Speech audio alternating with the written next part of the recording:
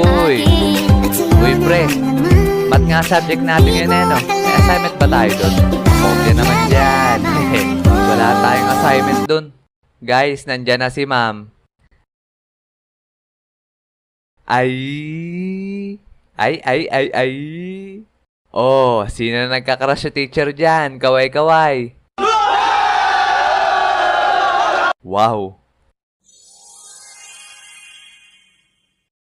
Okay, class, nakapag-ready na ba kayo ng sarili nyong isosolve na problem? Sinabi ko na sa inyo yan nung last meeting natin na sa Blackboard nyo isosolve yan para ma-share sa inyo mga kaklase. Okay, dahil dyan mabunot ako sa index card. Rio, ma'am, present, never absent. Nandyan ka na pala. Meron ka na bang isosolve na problem? Yes, ma'am.